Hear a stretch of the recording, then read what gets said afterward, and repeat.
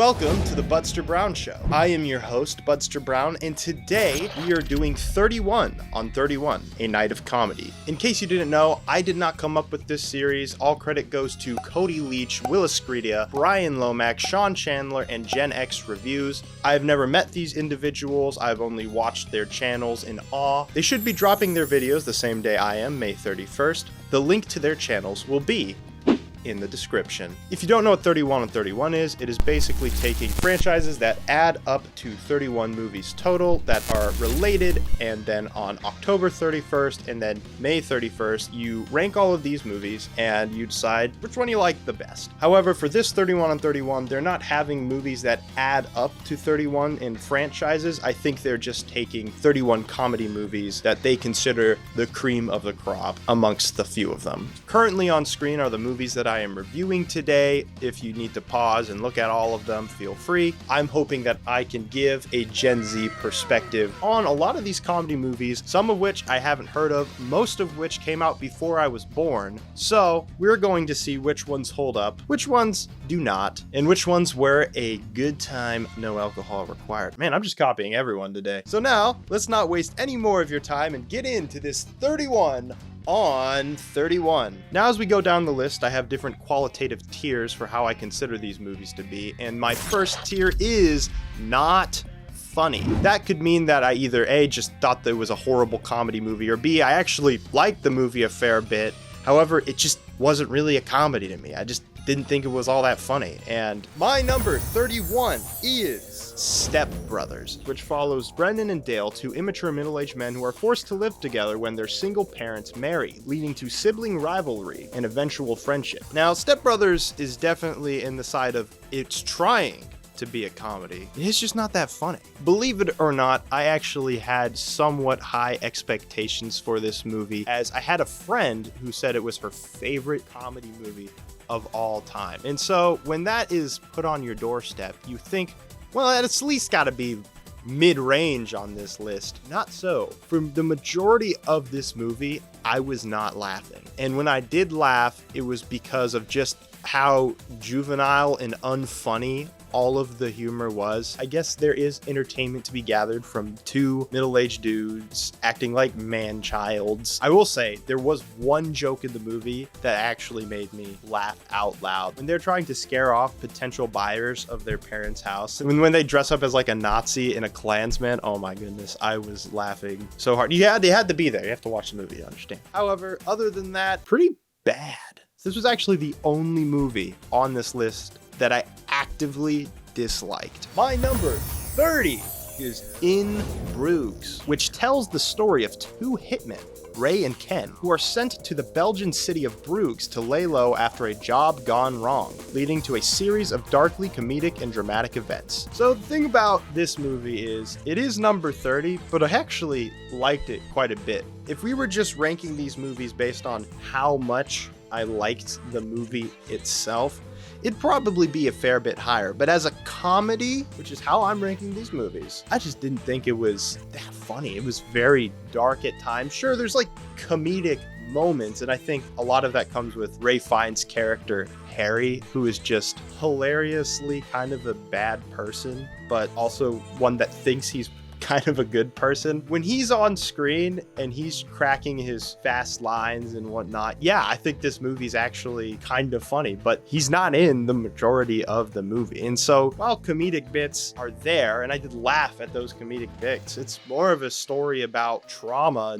and what makes someone a bad person or a good person. And that doesn't really lend itself to a lot of comedic undertones. While it's there, a lot of it was just very uncomfortable for me because it does have quite a bit of dark subject matter. Unfortunately, I just don't think it's that funny to the point where I wouldn't even really classify it as a comedy, but more as a drama with some action and some funny lines. Oh boy, I actually do think this next one might be a little bit of a hot take. My number 29 is Spaceballs, which is a parody of popular science fiction franchises, particularly Star Wars, following the adventures of Lone Star and his sidekick Barf as they try to save Princess Vespa from the evil Dark Helmet. So I should probably get this out of the way. Mel Brooks movies aren't going to be particularly high on this 31 on 31. I am just not a fan of his comedic style. Yes, I understand why people would think this funny, and there are a lot of cleverly written gags and lines in this. I think Yogurt pointing out the commercialization of Star Wars and how the toys are really where they make the money is kind of funny. However, Mel Brooks' just meta humor style doesn't really work for me. And while I sat there the whole movie being kind of entertained, it was really just me sitting there not laughing that much. It felt like the movie wanted me to laugh. I just wasn't laughing. And I didn't watch this by myself. I sat here in a room of people watching Spaceballs, and we all just didn't really laugh. Maybe a couple chuckles. And it's really a shame because while a lot of people praise Spaceballs as one of the greatest comedy movies of all time, I just sat there being like, it was all right, it's okay, and I didn't really particularly find it funny. And maybe I just don't like parody movies as much. I couldn't quite explain it to you, but overall this movie just didn't really work for me. My number 28 is Planes, Trains, and Automobiles, which chronicles the misadventures of Neil Page and Del Griffith as they try to get home for Thanksgiving, facing one transportation disaster after another. Now, real quick, my thoughts on John Hughes movies, that at least the ones I've seen, is he's kind of all over the place. Well, I really don't like 16 Candles. I'm actually a pretty big fan of The Breakfast Club and some of his other movies that are on this list. However, Planes, Trains, and Automobiles, while it's not bad, I would say that I was entertained for the most part. I thought the story was all right. I thought that the characters were okay enough. Once again, I just didn't laugh. The comedic bits did not really land for me outside of this one sequence where John Candy's character is driving on the wrong side of the road. Yes, that was funny, but I wasn't even dying laughing. I just laughed out loud like once, and that's just not enough, unfortunately. The messaging was okay. It was touching to see this guy get home to his family, someone who you can tell has been working really hard and just wanted to see them for Thanksgiving. I can appreciate that, just wasn't very funny. We have now reached the next level, my friends, the Made Me Chuckle tier. How I would describe this level is that I was, at least chuckling throughout the movie. I was decently entertained. There wasn't maybe any huge laugh out loud moments. I at least classify it as a comedy. I did at least laugh. My number 27 is Old School, which follows 3 disillusioned men who try to recapture their college days by starting a fraternity, leading to outrageous antics and unexpected personal growth. I would say this movie has a decent amount of fun gags that I was laughing at. I mean, Will Ferrell not wanting to drink at all, and then when he does drink, just going freaking crazy and running naked through the streets. I mean, it's funny. I'm not gonna lie, I was laughing, and just the idea that this guy who's just kind of a mild-mannered dude at the end of the day is starting this fraternity, and everyone's going around calling him the Godfather and trying to get into this stupid fraternity. That was good. I always do like the bit where the people that were the high school bullies are the main character, and then the nerd guy comes along like, look at you now, but he's still a nerd and they still pick on him. I don't know, I just maybe I'm a bully. Maybe that's what I'm learning here. However, did like it, did think it was funny. Not funny enough. I didn't really buy the cool factor of this fraternity. Maybe it's because I've never been in a fraternity and I've never had a desire to join a fraternity. The way everyone was calling Luke Wilson the Godfather just made me be like, I just don't buy it. It's threw in some romance that I didn't care about. I didn't think it added anything to the comedy, and I didn't really even think it added anything to the story. This movie is just a turn your brain off and watch this comedy with your friends. Serviceable.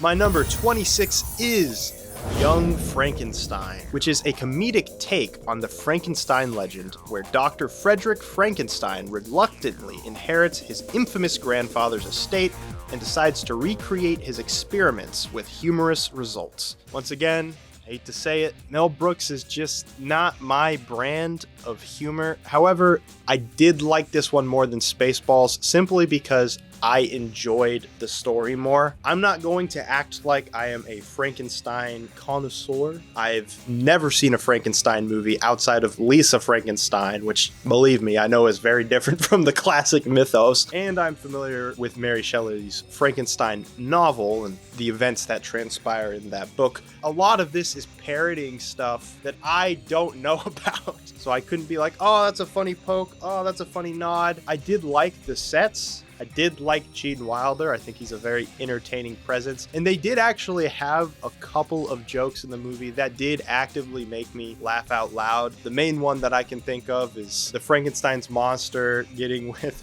Frankenstein's fiance. That was pretty good too. They're just like smoking. Other than that, though, I just was entertained by the story, but I wasn't really laughing a whole lot. My number 25 is The 40-Year-Old Virgin, which tells the story of Andy, a shy electronics store employee who, with the help of his friends, tries to lose his virginity. We've come upon our first Judd Apatow. I really hope I'm saying that right. I'm gonna look like an idiot on the internet. However, our first Judd Apatow film of the evening is kind of hit or miss for me. I thought this movie started out really strong. I was laughing a lot as they were first making fun of him for being a virgin at 40 years old. The problem is I felt the premise, the main gag, him being a virgin and he's just weird because he's a virgin, overstayed its welcome for me. By the end of the movie, I'm like, bro, it is not that big of a deal. And I know I probably sound like I have some like serious virgin energy right now, defending the virgins out here, but at the same time, you know, I'm married. You know what that means. I just felt like the main gag just did not justify the runtime of this movie. Because it was so funny for me at the beginning, I do have to rank it higher than the others. My number 24 is Funny People. We need to look at that. Judd Apatow again. Funny People follows the story of a famous comedian who, after being diagnosed with a terminal illness, forms an unlikely friendship with a struggling stand-up comic. Funny People is not that funny. I did like the story, and I did think it was funny enough. Like, with the 40-Year-Old Virgin, I just didn't really care for the story, but I at least was laughing a lot. This one, I actually liked the story. I kind of liked the themes that they were going for, and I thought it had a decent amount of comedy in there, specifically coming from Jonah Hill's character. Did think there was some funny jokes from Seth Rogen, did think there was some funny jokes from Adam Sandler. The movie is weirdly paced. Minor spoilers for Funny People, oh no, but Adam Sandler's character gets cured of his terminal illness about halfway through the movie, and I kept thinking, oh, it's gonna come back later, because they keep saying it might come back later, and it never does. And so it just kind of felt like, well, what was like the first half about him having this illness and then he just doesn't have it? At the end of the day, I did kind of like the story, and I did think it was decently funny throughout the entire movie, so I am placing Funny People at 24. Ladies and gentlemen, we have reached our next tier, the LOL tier. Oh yeah, laughing out loud.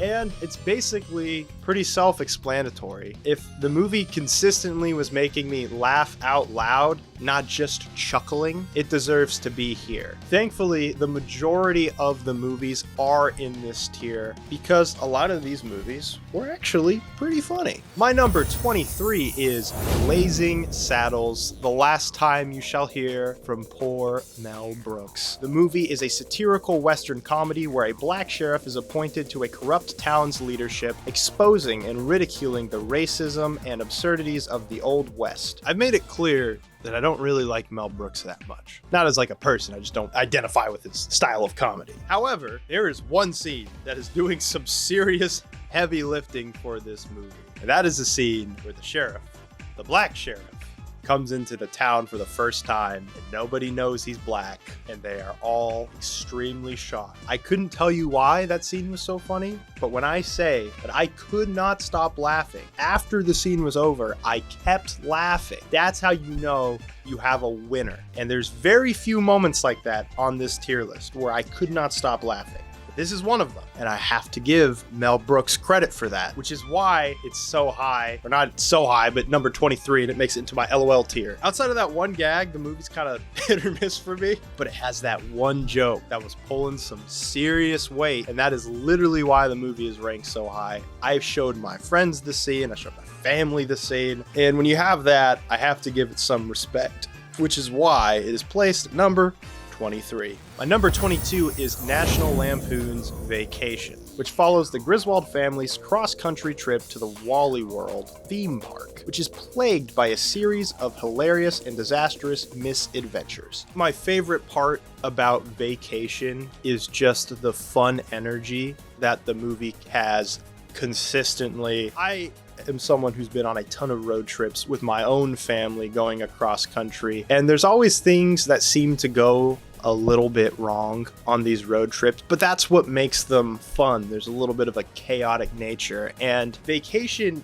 captures that. Obviously hyperbolizes that whole thing of just road trip misadventures, whatever you want to call it, parodies what feels like my own life at times, and that to me really speaks to me. They meet the poor relatives and the mean relative that they don't like, and then that mean relative has a dog that you don't want to talk to because it's like a mean dog, and you know, it's just, you're trying to go to a theme park, but then the theme park is closed at the end, and so it does that well. And the reason it's not ranked higher is because there's just a lot of jokes that don't land, and I think it's paced pretty poorly. The end scene where they break into the amusement park goes on for way too long. The one bit with that one celebrity in the red Ferrari, that just whole thing felt weird. I was like, I don't even know what's going on. This just feels really weird and out there. My number 21 is Coming to America, which centers on African Prince Akeem, who travels to New York City in search of a woman who will love him for who he is and not his royal status. I don't have a whole lot to say about this movie other than I thought it was consistently funny. Eddie Murphy has good comedic timing. I like how they have Eddie Murphy and, I once again hope I'm saying this name right, Arsenio Hall playing a bunch of different characters in the movie, but they just have a bunch of different makeup on them, so they get to flex their acting abilities. My favorite bit in this movie is how the main love interest's dad does not like Akeem until he figures out he's a prince, and all of the sudden he's like, "Hey Akeem, how you doing, man?" He's got his own money.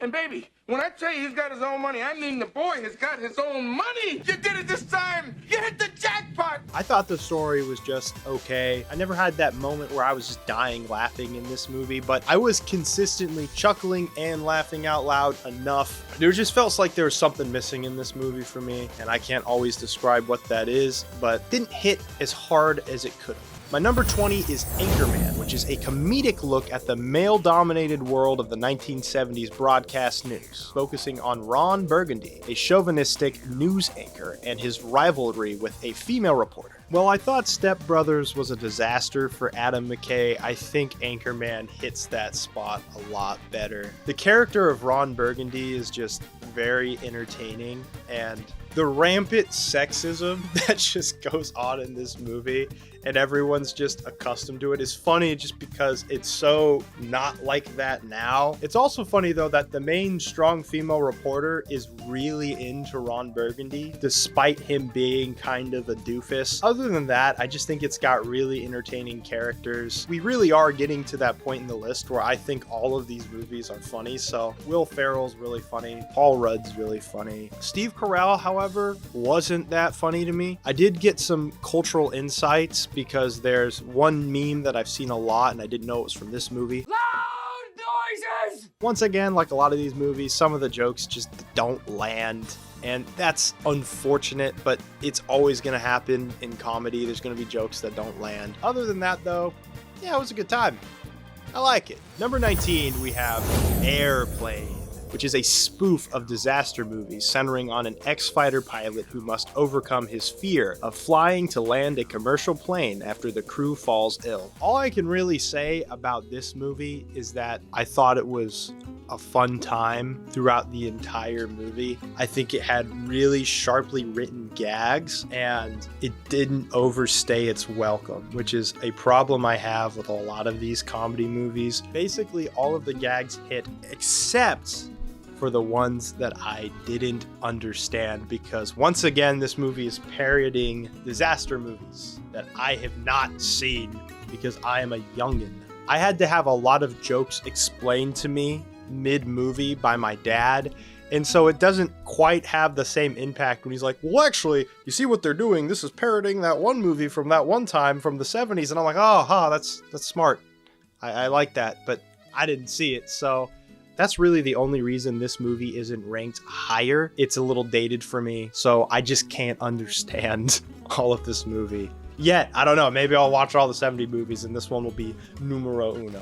Number 18 is Tropic Thunder, which follows a group of pampered actors who are dropped into a real war zone while filming a Vietnam War movie, leading to chaotic and humorous situations. Now, to be quite honest, this movie's a little bit hit or miss with me, but when the humor hits, it hits. I think a lot of the funniest bits in this movie come from Tom Cruise's character Les Grossman, because I'm just not used to seeing him in that type of role, playing that type of an a-hole, and a lot of his lines just were delivered so perfectly. The other standout, Robert Downey Jr. as, what's his name, Kirk Lazarus. Oh my goodness. Because you hear all these stories about these method actors, right, that just go so deep into their role. For whatever reason, they hire him to play a black man in this movie within the movie, The Tropic Thunder. And so he never leaves character, even when he knows things are going down, and he's playing this black man when there's an actual black man there, and it's like, what do you mean, you people? What do you mean, you people? Also, Jack Black being this hard drug addict, and then when they show up to like a heroin factory, he's like, oh man, I'm gonna die if I go in there. Oddly enough, the person that I thought was the least funny in this movie was actually Ben Stiller. I don't know what it was. I don't know if it was his lines or his performance, but he just didn't bring it for me. And he's really the only reason this movie isn't higher. I just didn't find him that funny. Despite him being the director and the writer of the movie, I feel like he wrote everyone else better than his own character. However, it's not the last we'll see of Ben Stiller. I like him a lot in the other movies that he's on in this list. Number 17, we have Hangover, which tells the story of 4 friends who wake up after a bachelor party in Las Vegas with no memory of the previous night and must retrace their steps to find the missing groom. I think this movie has a lot of just fun gags, and the amnesia element of this movie is really what makes it shine. The fact that they wake up after a night in Las Vegas and everything is just gone awry. There's like a tiger in their room randomly. They're just like, what in the heck happened? And seeing them slowly piece that together throughout the rest of the day while trying to find the groom is what makes this movie so funny. And I know this is gonna sound strange, but the only reason I don't think it ranks higher for me is that I cannot relate to this at all. My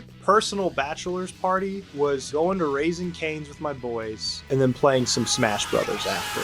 That's it. And so when it comes to this movie where it's a bunch of guys going to see strippers and hoes in Las Vegas and drink and they can't remember anything, I just don't relate to that at all. And you don't always have to relate to it for it to be funny. But for whatever reason, it was just like, well, I guess this is a thing that happens in life that I've never done and I don't really have a desire to do. Does that mean it's worth bringing it down a couple of spots? Maybe not, but it does for me. Number 16, we have Talladega Nights, the Ballad of Ricky Bobby. Talladega Nights is a comedy about NASCAR driver Ricky Bobby, who must overcome personal and professional challenges to reclaim his title as the best driver on the circuit. Once again, I think Adam McKay did a really good job with this one as opposed to Step Brothers and even Anchorman to an extent. Out of all of the movies on this list, this is probably my second favorite role that Will Ferrell's in, and definitely my favorite where he's the main character. I just like him as this idiotic sort of southerner who's just thinks he's super American but also doesn't know anything about America, which is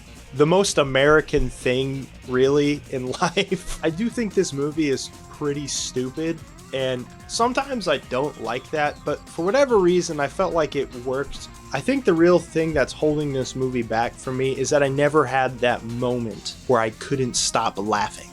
I never had that moment where I thought, oh my goodness, this is peak comedy. It was just consistently very funny for me. My number 15 is Groundhog Day, right at the middle. The movie follows weatherman Phil Connors, who finds himself reliving the same day over and over and over again, eventually using the time loop to better himself and those around him. So this is one of those movies where it's weirdly enough not quite as funny as a lot of the other movies on this list, but I really like the story, and I think that the comedy and the story intertwine in a way where I give it a little bit of a pass, and there's a lot of great gags in this movie. Bill Murray's comedic timing, perfect. One of the funny gags I remember is when he's just so sick of living over and over again, he's like, I'm just gonna walk into the street and wave at this bus as I get ran over. Him just trying to win over the girl, and he keeps messing up on the date, and it just keeps cutting back to him going on the same date again, except trying out different lines and stuff. Him just bettering himself, bettering the people around him. I just think that it's a fun story, good jokes, that is a satisfying experience. Don't have a whole lot to say here. It's just really good. My number 14 is Road Trip, which follows 4 college friends who embark on a cross-country journey to retrieve an incriminating videotape mistakenly mailed to a girlfriend. While I'm surprised that Hangover is not my favorite Todd Phillips movie, what can I say? I just really enjoyed Road Trip. The reason it's so high up is I just found it to be consistently funny throughout the whole movie. None of the jokes didn't work for me. And once again, this movie is missing that I was dying laughing throughout the whole thing type of energy. But every single joke had me laughing to some extent, some more than others. I just like the gag where they jump the car over the bridge, which is just the dumbest thing. But weirdly enough, I feel like it's something that the boys would do, you know? You know what I'm saying? Like, my dumb friends in college would do this because they think it's the only way, even though there's definitely a better option. I just really liked the vibe, the energy, the road trip, and I don't think it necessarily does this the best that I've seen, but I did have a ton of fun with it. I don't know, I just liked it, man. I don't know. Number 13, we have The Cable Guy, which is a dark comedy about a lonely cable installer who becomes overly attached to a new customer, leading to increasingly bizarre and dangerous situations. One thing that I've really started to appreciate about watching all of these comedy movies is how funny a lot of Ben Stiller's best movies are as a director, and I think The Cable Guy is no exception. Jim Carrey, you know who he is. He does the Jim Carrey thing, and he does it very well here. I think a lot of the jokes that come from him just being this nerdy kid that watched too much TV and now installs TVs for all of these clients and stuff, and they all owe him favors. To me, that is what makes this movie so fun. And Matthew Broderick is in this movie as well, and him being more of the straight man in the situation is great because Jim Carrey and him have this very fun foil. Because of that, I think it leads to a lot of humorous events. I think of the basketball scene, I think of the medieval times scene where they're ripping off Star Trek, which I actually had seen. So I could appreciate the parody, which is good. And another fun thing for me is I just like to think of this movie as a sequel to Ferris Bueller, like where Ferris Bueller ends up in 10 years, which is completely ridiculous. And I bet no one's ever thought about that before, but it's just what I like to think about. Once again, not all of the jokes land. It's not super consistent. It's a little bit hit or miss. However, when it hits, and that's why I like it. My number 12 is Kingpin, which follows a washed-up bowler who discovers an Amish prodigy and attempts to guide him to success, facing numerous comedic obstacles along the way. It's our first Farrelly Brothers movie on the list, and I have to say, I liked a lot of their work, and Kingpin is no exception. The premise alone to this movie is just hilarious. It starts out with Woody Harrelson as this bowler who is just doing the most ridiculous tricks, but he's so good. Bill Murray with this afro is a competing bowler, and the way that the events transpire, Woody Harrelson has to retire and train an Amish guy to be a bowling champion. It's just comedy gold right there. While this movie is very hit or miss with the comedy, I can't deny that, it has one of the sacred gags that made me laugh uncontrollably for a long time. The movie had ended and I was in my bed laughing to myself thinking about this one joke. All I'm going to say is that Woody Harrelson milks a cow, is drinking this milk, and the Amish people said, "That's not a cow, it was a bowl." The movie still has funny bits, but it does a thing where it's just like, it's got the hot girl from the 90s that's just there to be hot. That gets old. Woody Harrelson's character, though, is funny, and he is the protagonist. I think that works out pretty well. Overall, the movie is just consistently funny enough. It's got that one gag, and that's why it's number 12. Number 11, we have Weird Science, which is about two high school nerds who use their computer to create the perfect woman, leading to unexpected and humorous consequences. John Hughes can be a little hit or miss for me. This one was certainly a hit. I now realize that one of my favorite movies of the year, Lisa Frankenstein, took a lot of inspiration from Weird Science, and so innately I'm going to like it a little bit more. This movie doesn't have any gag where I was dying laughing, but I was laughing out loud a lot. And honestly, one of the things I enjoy about John Hughes movies is that they're just completely bullcrap high school fantasies brought to life. But as someone who wished he had a bullcrap high school fantasy, I can find entertainment in this movie. The fact that you have these two nerdy boys that create some hot girl with their computers due to, I guess, weird science, but just basically bull crap. Like, this movie's plot is nonsensical. You shouldn't take it seriously, but the movie knows that. It leans into that, and that's why it's fine. They make this hot woman that will do whatever they say, calls their parents dorks, and sticks their mean grandparents in the freezer and freezes them, and then beats up the older brother and turns him into Jabba the Hutt. And then the movie ends with them getting the two most popular girls in school that was previously occupied by the other previous two bullies. One of them that was actually Robert Downey Jr. at a very young age, and I couldn't believe it was him. He looked so young in this movie, and I was astonished. And I just love how much John Hughes embraces that fantasy in this movie. He just owns it. He's like, yeah, this is ridiculous. Yeah, I am just doing high school nerd fan service. But he leans into it, and it's funny.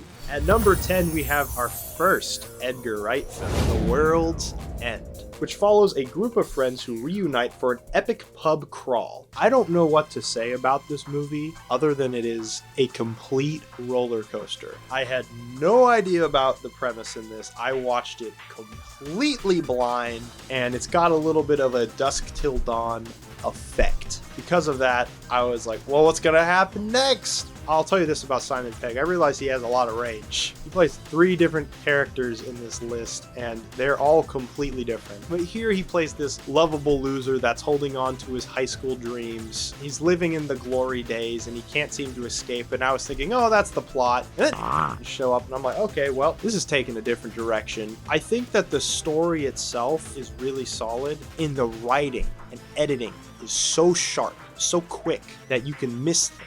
And it was honestly sometimes so clever that I was more appreciating how clever it was as opposed to laughing. And that's really why it's not higher up. I think this movie's got very clever, smart, witty gags, and it is that way throughout the entire movie. But because it was just more clever and more smart how they did things, I can't really have it rank a whole lot higher. However, if this wasn't a comedy list, this would be probably higher up. If you can make an intelligent, ridiculous movie, you have won in life, my friend. My number 9 is Multiplicity, which is a comedy about a man who clones himself to keep up with the demands of work and family, only to find that each clone develops its own personality and quirks. This movie was a complete sleeper hit for me, knew nothing about it, but I was happy to see Michael Keaton. I like basically everything he's in. Even if I don't like the movie he is in, I like him in the movie. I would say the thing I was most impressed about was his acting performance. He plays 4 versions of himself that look exactly the same, and instantly you can tell which clone is which because of how distinct the personality traits are. They didn't need to have like a label of, hey, clone 4, clone 3, clone 2. You just knew. He's trying to keep secret that he has 3 clones, and then the OG, I suppose, with his wife and his kids, and he's trying to do it to make life easier, and he just ends up screwing up his life. All the different clones like sleep with his wife, and he gets upset about that. Yeah, that's the big problem. I was laughing consistently. I enjoyed the story. That's really all you can ask. Ladies and gentlemen, we have reached our last level, the comedy gold tier. This to me is the cream of the crop, the best of the best. The movies that I just thought were funnier than the rest. And to kick off the comedy gold tier, we have number 8, There's Something About Mary, which is a romantic comedy about a man who tracks down his high school crush years later, only to find himself competing with several other suitors. Once again, Fairley Brothers making their return. I think that my favorite part about the jokes is that it's got that perfect balance between funny lines, physical humor. The slapstick and the dialogue are perfectly intertwined to make a very comedic experience. And a lot of us can relate to being the nerdy guy in high school. No, not me, of course, because I'm not a loser, but a lot of people can. And I think Ben Stiller plays that part really well, where he's able to get a shot at the hot girl in high school to take her to prom. And it just seems like everything goes completely wrong. He never forgot about that girl because there was just something special about her. And I think most guys can relate to having this one girl or just person that they met in general, where they're like, there's something different about them. There's something special. And he remembers her 12 years later. And at the end of the day, it's like, yeah, he's kind of a creepy stalker, but the movie plays that up, that he's like,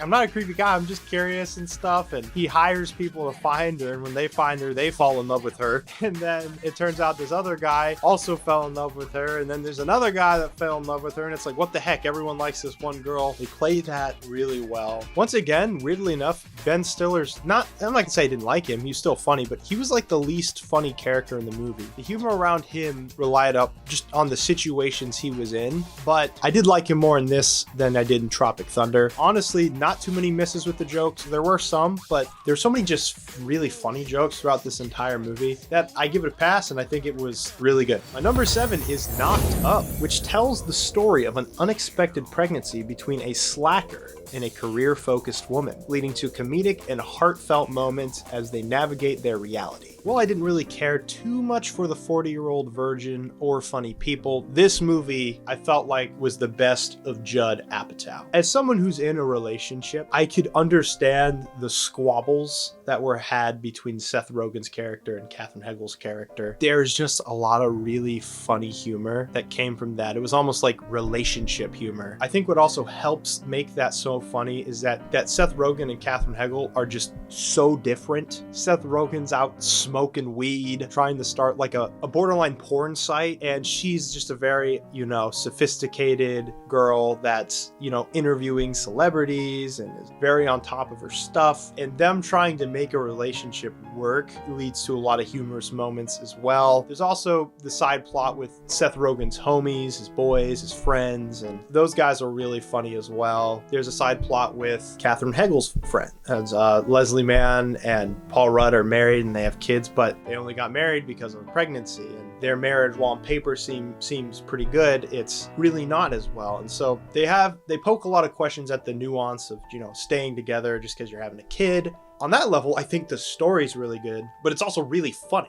And so when you have both of those together, I think it really does lead to a really, really good, solid comedy drama that I thoroughly enjoyed throughout the whole thing. My number 6 is the return of Edgar Wright with Hot Fuzz, which follows a top London cop who is transferred to a seemingly sleepy village where he uncovers a dark conspiracy behind a series of gruesome accidents. This movie, similar to World's End, has that signature Edgar Wright style where it's just super fastly paced, edited. He doesn't waste a single second of screen time, which is good because the movie's around 2 hours. And so when you're having a movie that long, when you see people wasting time with just travel or whatever, it's like, can we get this moving along? Edgar Wright doesn't have that problem. He keeps things moving. He keeps the pace fast, and he keeps the jokes coming.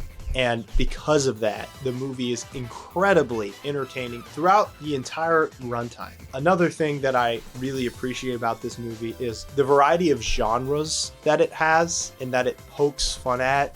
I mean, obviously you have the buddy comedy cop element in there. You also have slasher. You also have cult film. You also have a little bit of kaiju in there, just for a little bit. And you might not even know what I'm talking about, but it's there. There's so much that the movie is just making fun of, but having a great time and respecting it. Once again, Simon Pegg is back here.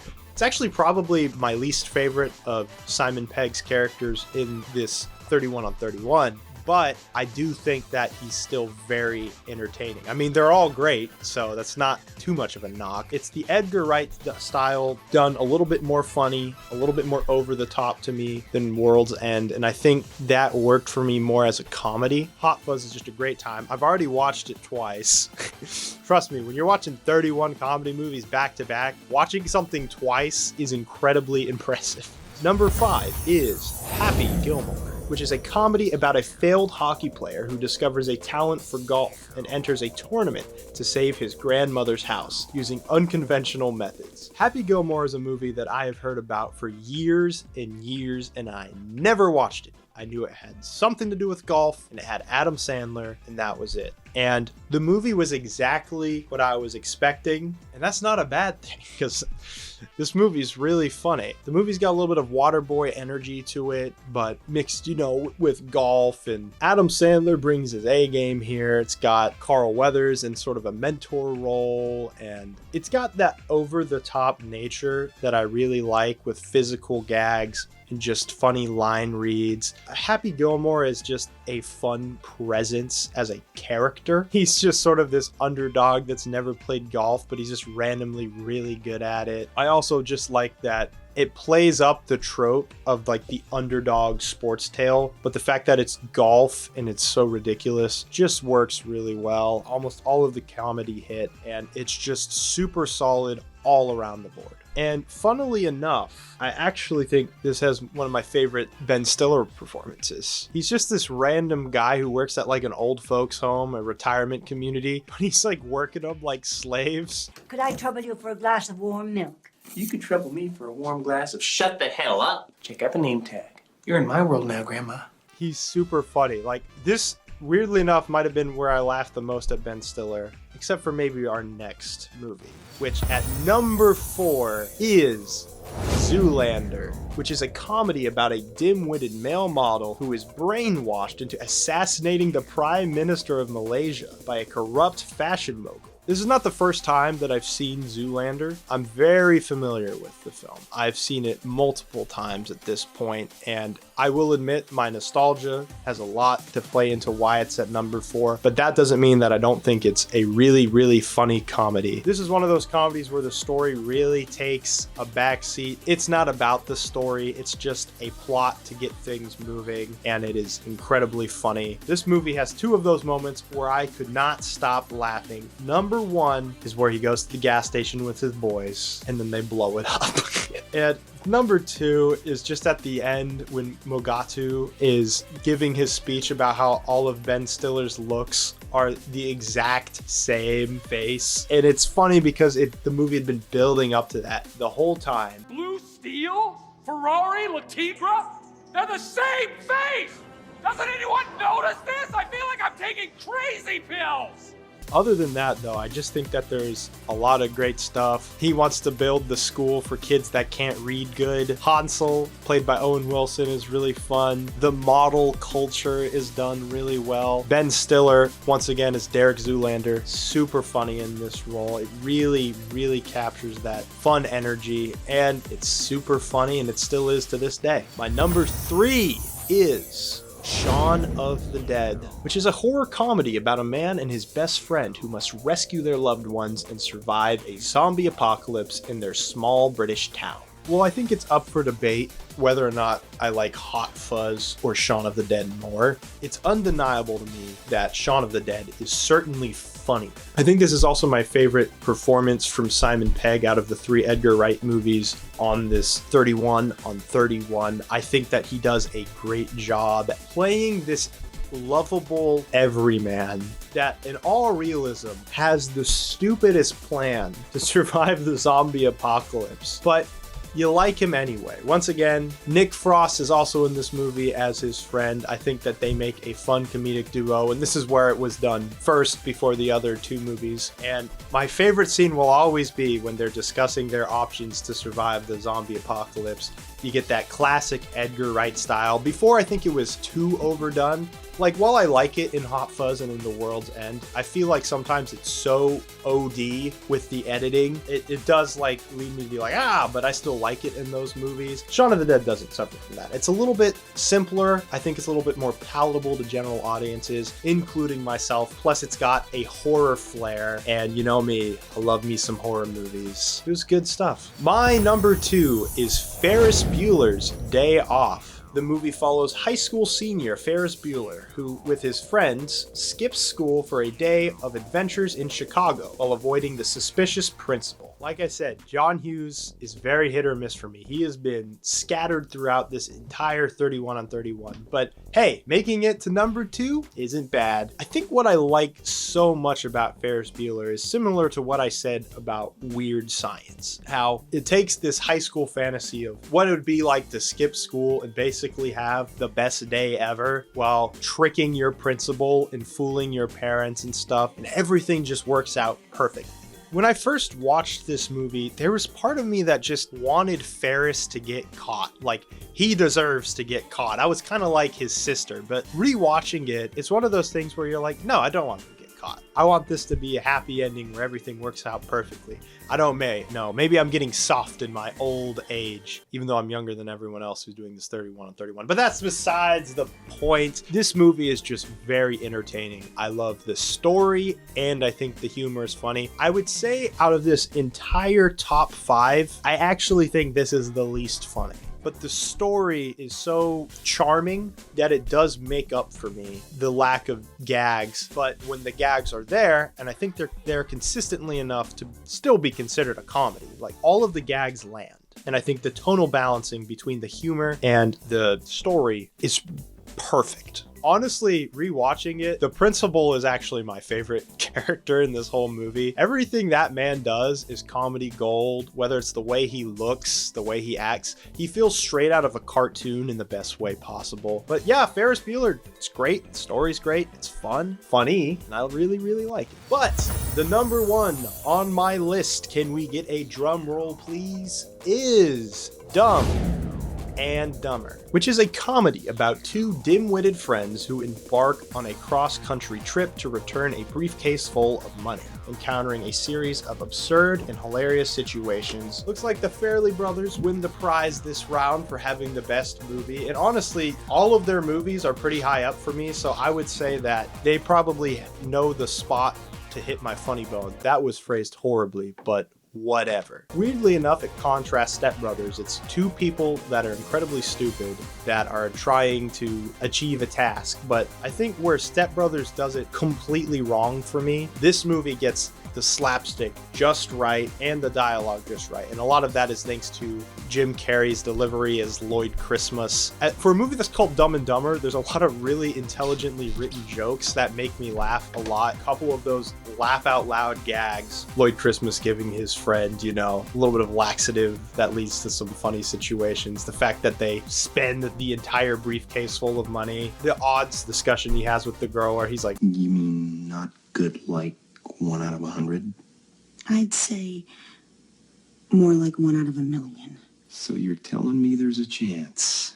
Is it like the most empowering story ever? No, but the point is, and this is the point I've been trying to get across this whole time, this is the comedy 31 on 31. I'm ranking things based on comedy. If it has a great story, that will help. That will enhance it. But to me, Dumb and Dumber is the funniest movie on this list, and I would be remiss to put it anywhere else. And hey, that's my video. And if you didn't notice, one of my lights died. Darn. However, if you liked this video and you want to see more of my channel, please hit that subscribe button. It really helps me. I'm a small creator. Once again, if you somehow got through the end of this video and you want to see more, Cody Leach, Bryan Lomax, Wiliscredia, Gen X Reviews, and Sean Chandler are all dropping their same videos today. This has been quite the ordeal to watch 31 movies, and I really respect all of these other creators that do it. Thank you all so much for watching, and I will see you later.